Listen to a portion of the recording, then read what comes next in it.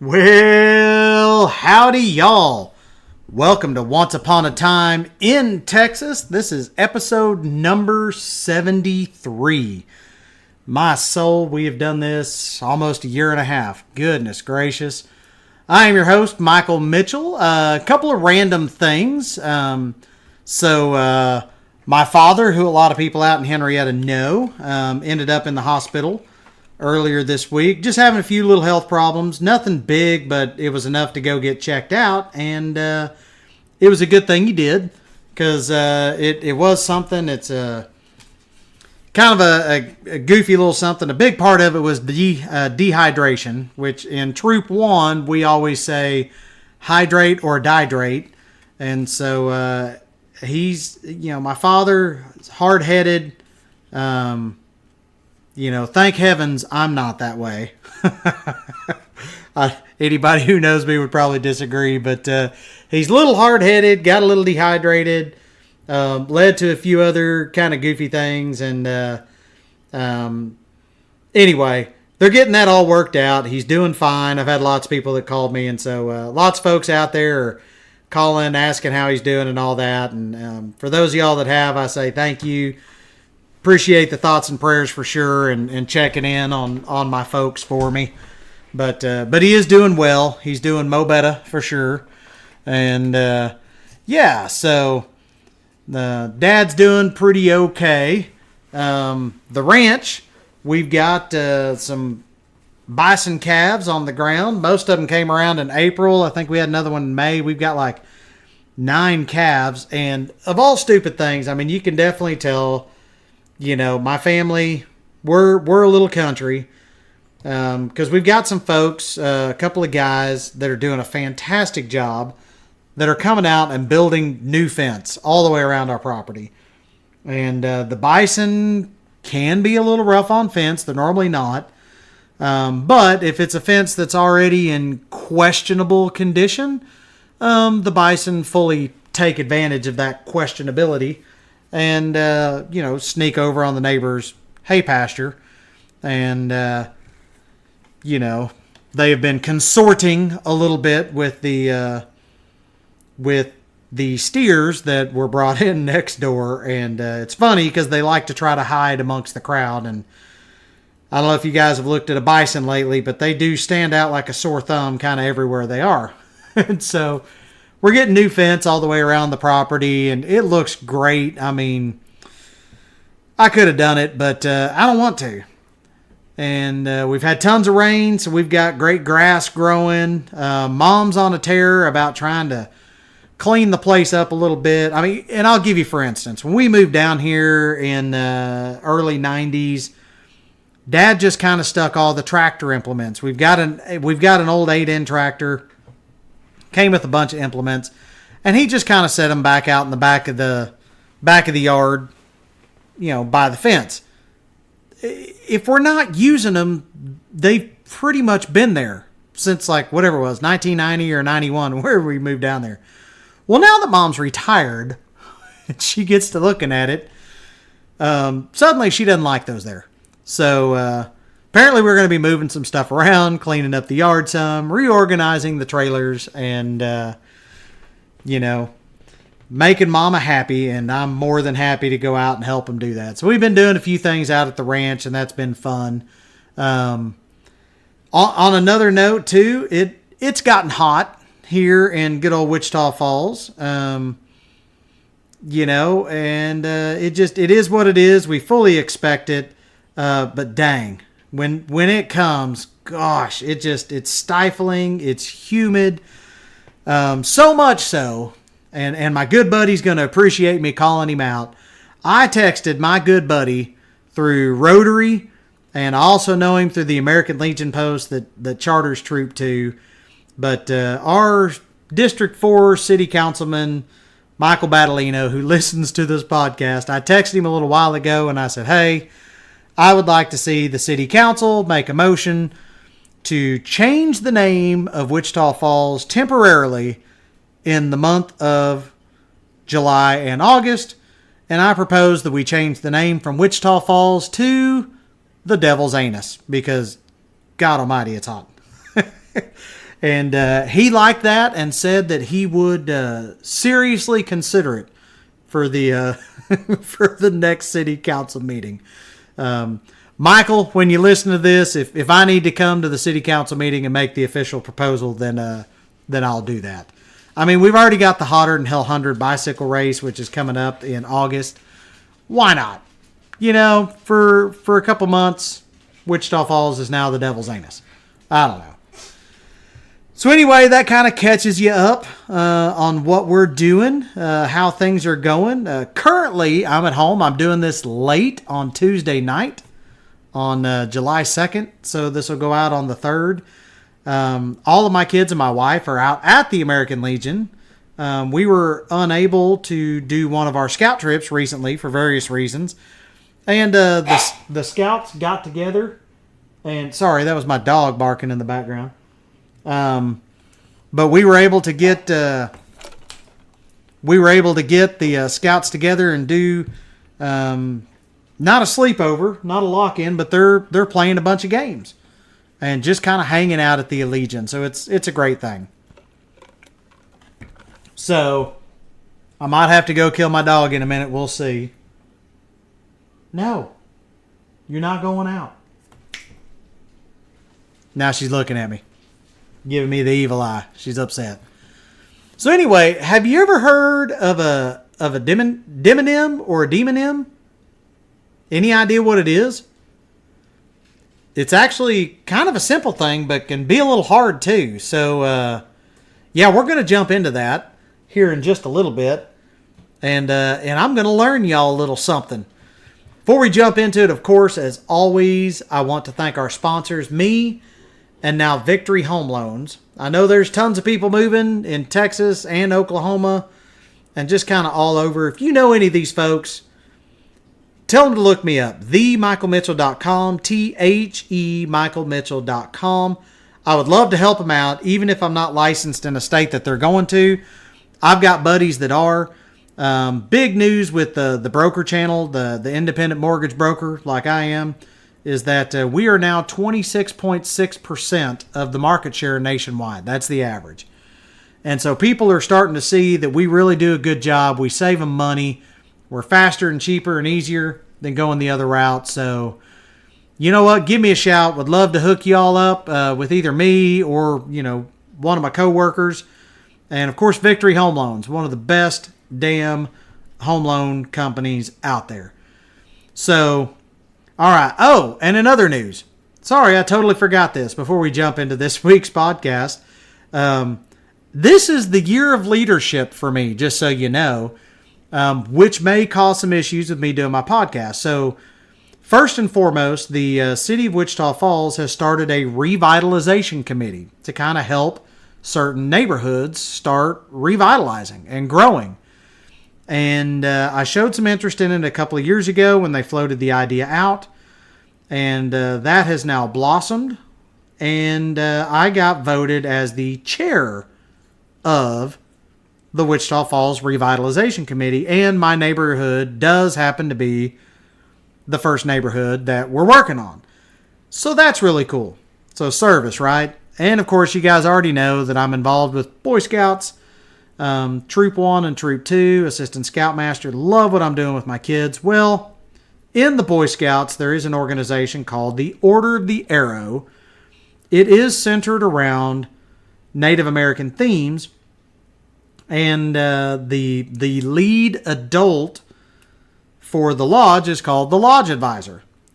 And so Wichita Lodge 35, which is the oldest in the West, will be officially 100 years old in 1928. We're actually one of the oldest still standing lodges in the country. From what I can gather, we're not number one, but we may be number 2 or 3. And so, I mean, it's old. It's been around a long time. Well, I got asked to be the Lodge Advisor, so another big leadership position. And then, oh yeah, there's more. And then I get asked to take over as Rotary Club President. So Wichita Falls Southwest Rotary, I am now the new El Presidente. The guy that was supposed to go into it had to step out due to some personal issues and stuff. And they said, well, Mike, you've kind of done stuff like this before. Here you go. Have at it. So here I am, a year of service, but we got some cool things planned. Try and do some good things. So y'all are probably going to hear some about that. And so we'll see. So where did this week's idea come from? So demonyms. Well, my mother. And I'm not saying that my mother's a demon. She can be every now and then, at least demonic anyway, it seems like. But the idea came from her because she was reading an article about these things called demonyms. I think I'm just going to call it demonyms. And we were talking about it, and I was like, hey, you done with that magazine? And she said that she was, and so I swiped it. And, well, here we are. And so, basically, I'm just going to be going over this article, because the article is extremely well written. However, I don't know how many of you guys get this, because the magazine is Texas Co-op Power. It's the July edition of Texas Co-op Power, and it's for electrical customers that are co-op members. Well, my parents are part of JAC Electric, which is Jack Archer Clay. And it's a co-op serving, the rural areas in Jack, Archer, and Clay counties. So they get this magazine. It's a great magazine. I've submitted photos into it before and actually been published in it several times. But anyway, they had this great article, and the article is in the footnotes and Texas history section. And the article is called Vegan Panhandlers. And so, vegan panhandlers and other demonyms across Texas bend and break the rules of language. Written by somebody named W.F. Strong. And so, if you know W.F. Strong or you get this magazine, tell them this was awesome, because I just laughed and I thought it was so great. So, I'm just going to kind of read the article overall and kind of, put my own little spin on it. So, lately, I've been on a deep dive into demonymology.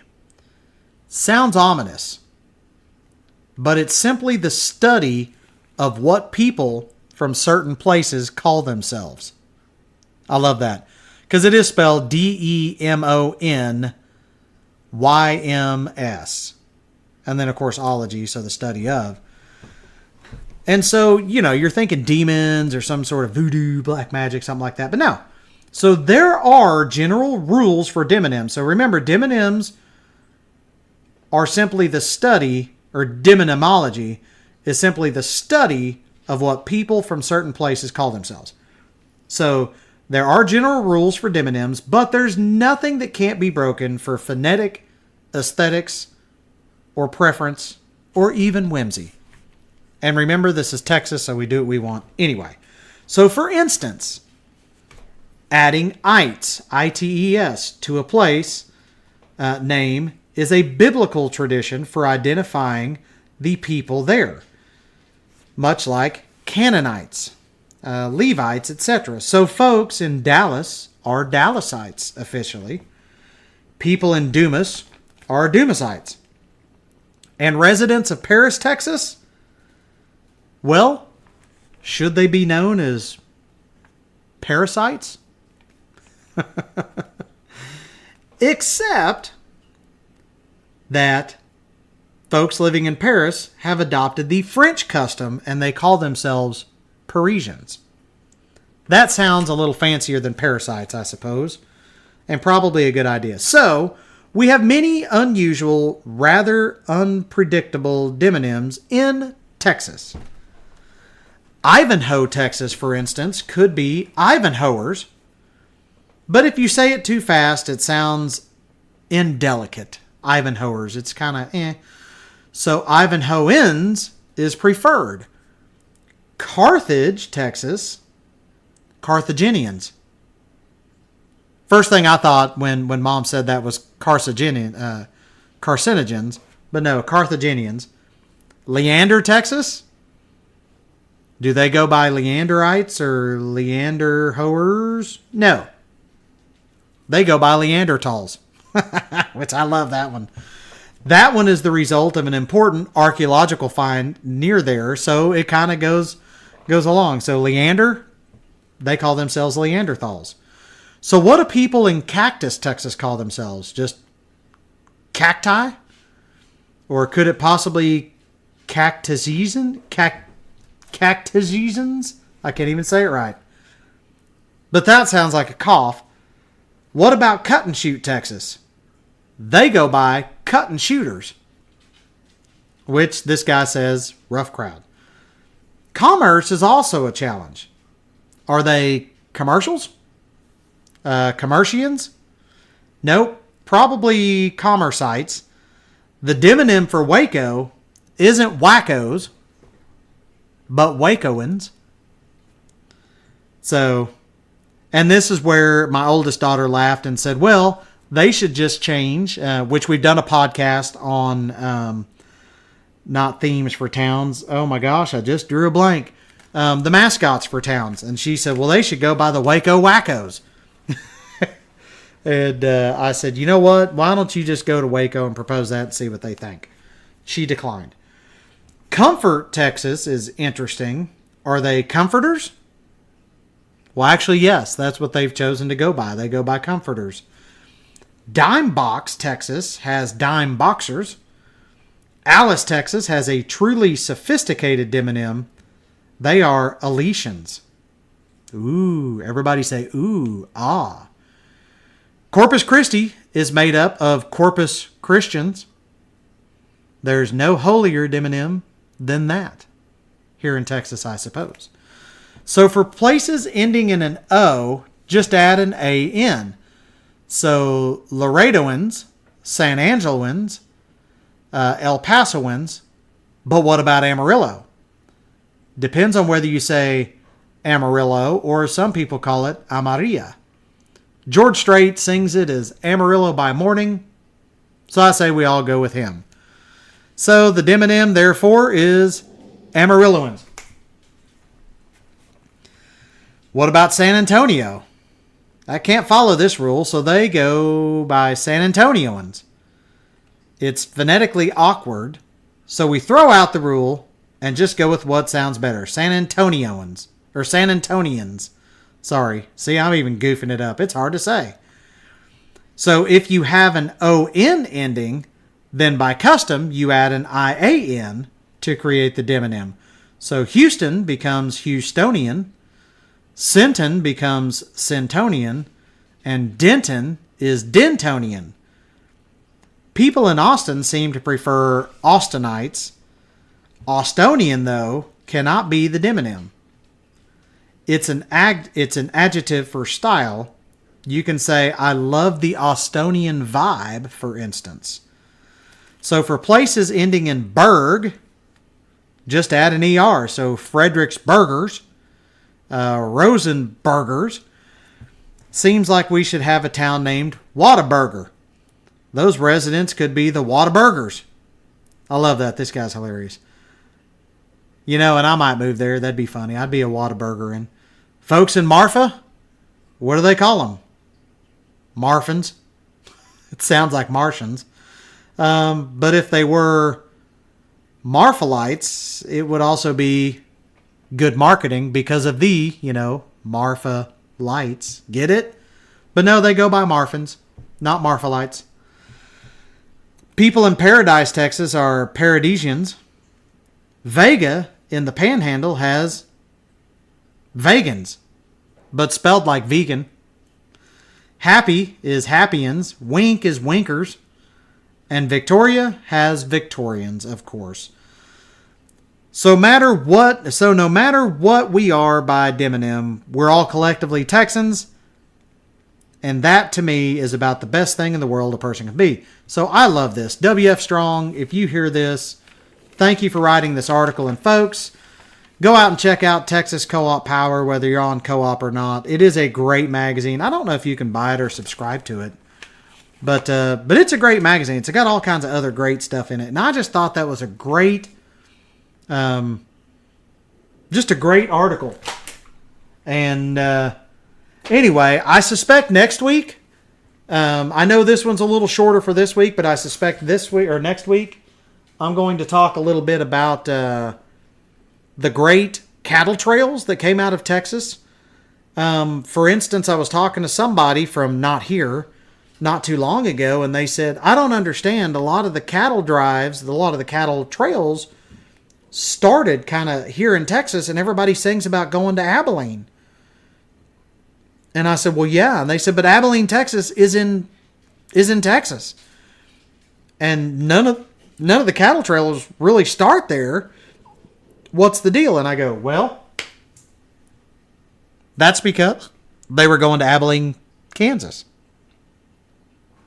Bet you didn't know that. So anyway, that's it. My dog is about to lose her mind. So what do y'all think? What other kind of weird, off-the-wall, or interesting Texas history would you like to hear about? Y'all let me know, and let me thank our sponsors again, Victory Home Loans, and of course me. If you know someone moving, send them over to me, themichaelmitchell.com, THE-michaelmitchell.com. Thank y'all for tuning in to Once Upon a Time in Texas. Michael Battolino, don't forget, the devil's anus. Think about it. Maybe we'll rename the town for just a couple of months during the year. As always, remember, the stars at night are big and bright, deep in the heart of Texas. Y'all have a great week.